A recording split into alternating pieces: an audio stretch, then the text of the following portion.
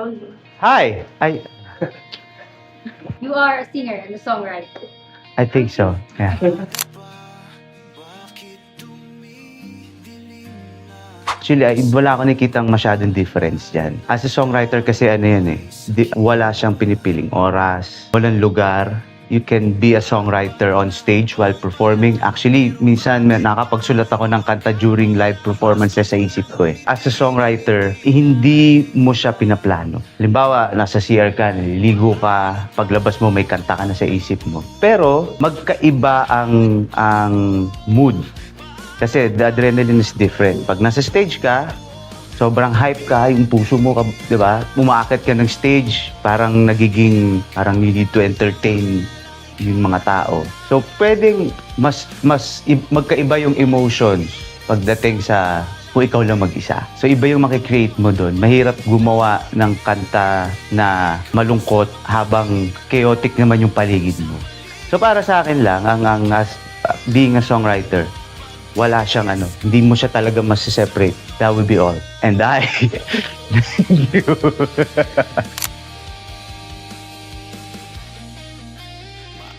Yes, of course. Yung challenges will always be there. Hindi ako naniniwalang yung matatagal na sa industriya ay wala pa rin challenge. Laging meron. Nagbabago ang panahon, nagbabago ang audience, nagbabago ang technology, nagbabago ang mood ng tao.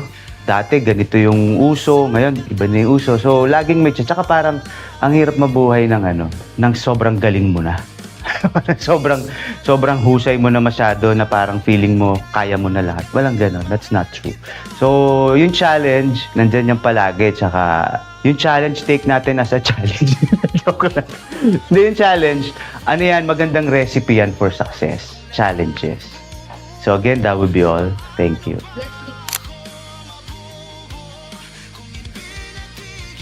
Part of it is yung aking maturity sa buhay. Hindi kasi yun nafe-fake.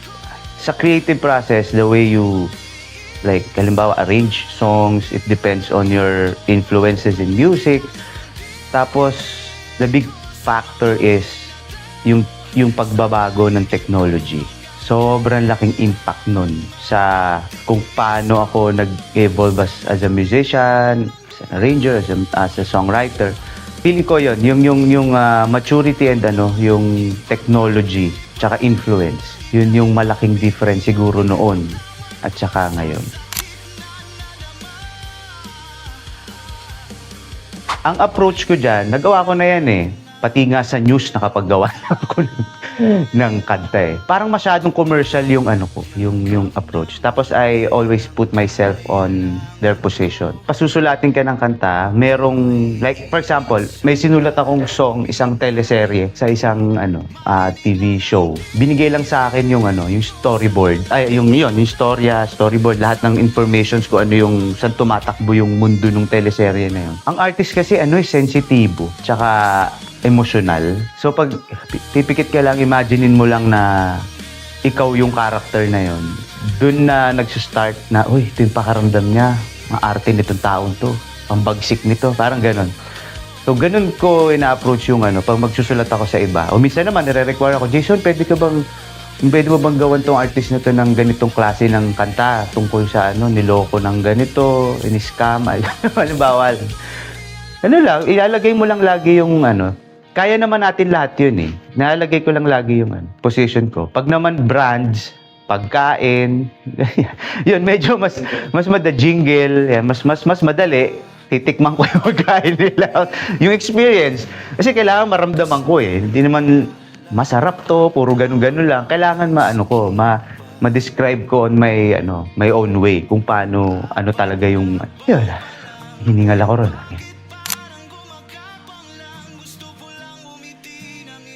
Hindi lang hindi lang yan sa OPM. Tulad ng sabi ko kanina, mahirap talagang mahirap magsinungaling sa emosyon. Laging totoo yan. Hindi mo pwedeng i-fake yan. Unless gagawa ka nga ng takoyaki na jingle. Kahit nga pagkain kailangan ko patikman 'di ba? Ang paglikha actually sa maraming larangan ng sining, ang pag-create kahit sa photoshoot, paintings, sculptures, lahat yan, emotionally driven, ano yan. So lahat yan, hindi habang ginagawa mo, habang kinikreate mo, totoo ka dyan. Sagot ko ba ng tama? Oh,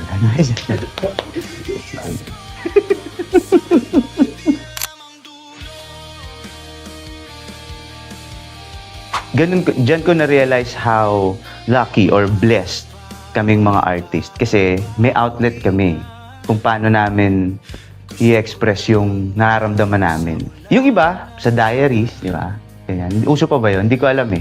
Pero karamihan, napapansin ko, kaya hindi ko alam kung tama o mali. Ini-express nila yung kanilang pakiramdam sa social media. Nilalagyan nila sa mga status nila. May mga emojis pa nga, feeling sad, may mga ganon. So, kailangan talaga ng tao yun eh. Yung mailabas mo yung ano mo. Yung nararamdaman mo sa loobin mo. Maano kami, blessed kaming mga artists kasi nagagawa namin yun through music, paintings, yun nga, nasabi ko kanina, ganyan. O, pwede sa diary. Pero karamihan, napapansin ko talaga sa social media nila nilalabas yung mga naramdaman nila.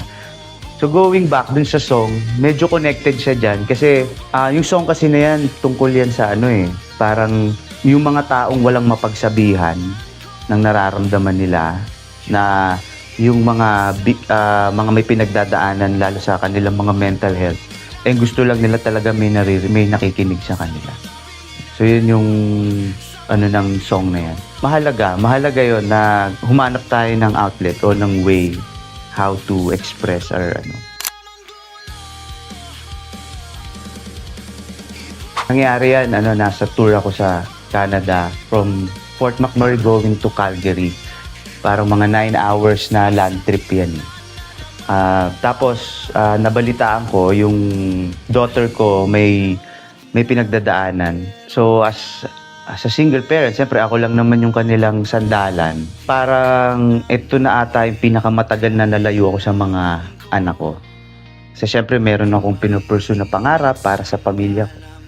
So, noong time na yun, nabalitaan ko na yung mga nangyari, I'm not telling all the full details kasi medyo sensitive siya. Pero nung nalaman ko yung bigat na pinagdadaanan nung anak ko as a teenager, tas ang layo-layo ko, wala akong magawa.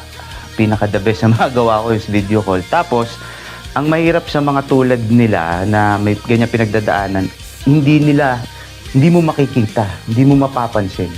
Masaya sila, tapos okay lang ako, Daddy. Don't worry about me. You take care of yourself. Enjoy your Canada. Ayoko mag-alala ka sa akin.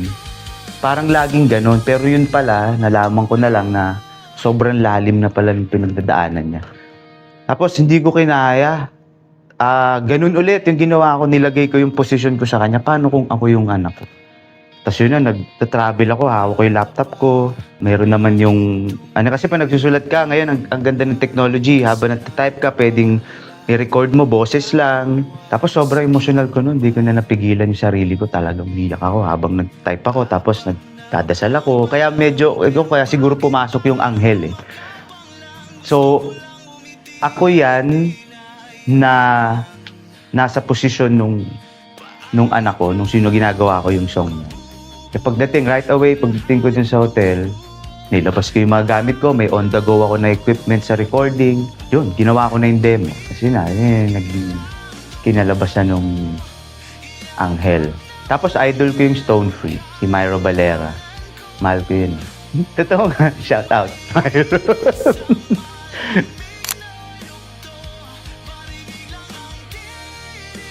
Ako sa lahat ng songs na nagawa ko, masasabi kong itong EP na to. Kasi hindi lang Anghel, may anim na songs yung nilabas namin ngayon unang EP. Ito na siguro yung pinaka-emotional na songs na nagawa ko sa buong buhay. Iyan na yung may personal touch, kumbaga.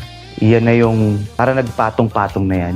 Yung influence ko, yung skills ko, yung technicals, yung emotion, mga natutunan ko. Parang nag-pile up na yun patong-patong na tapos kasi talagang hindi siya pwedeng natsatsambahan, pero pinakamahirap yung nandun ka sa state ng sobrang vulnerable mo, tapos doon ka magsusulat.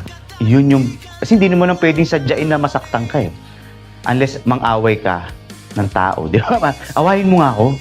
Parang ganon. Or gumawa ka ng masama, pag na-reach mo yung level na yun na sobrang perfect. Kasi sakit na sakit ako, tas ang hirap. Mag-isa lang ako sa Canada nung nagtutour ako. Although may mga kasama ako, pero yung pakiramdam na parang ikaw lang mag-isa. Kasi yung tao naman nasa paligid mo habang nangyayari yung work, yung ganyan. Pero pagbalik mo sa hotel, mag-isa ka na. So yeah, yung nangyayari sa akin ngayon, yung song na yan. Ayan na yun, yung parang nakumpleto ko yung recipe para magawa ko yung isang buong EP.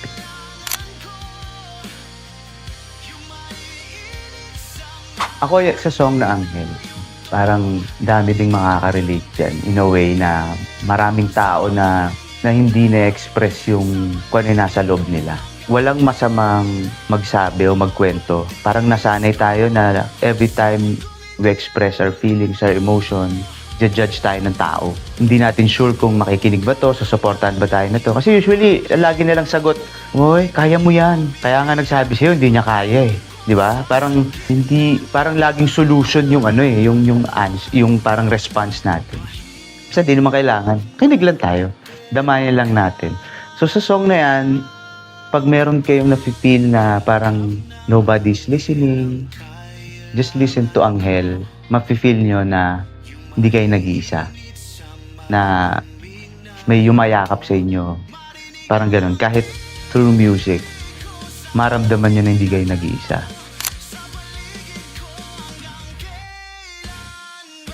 So, ang maasahan nila, more songs, more materials, more music videos, more nag-explore kami ng other ventures, kumbaga anything na pwede namin i-offer, more live performances, live music videos. So far, yun lang naman.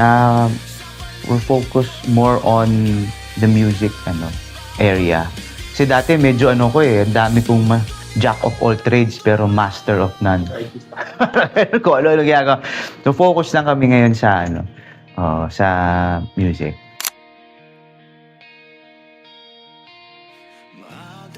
Kasi ito importanteng natutunan ko sa journey ko as an artist sa buong 2 dekada na mas madali na maging totoo ka lang talaga sa lahat ng bagay. Bago kami mag-start nung management ko, ng buong team namin, I told them, sasagupain natin lahat to ng totoo tayo para hindi tayo mahirapan. Kasi ang daming nagsisimula ng fake eh. They're trying to be somebody else.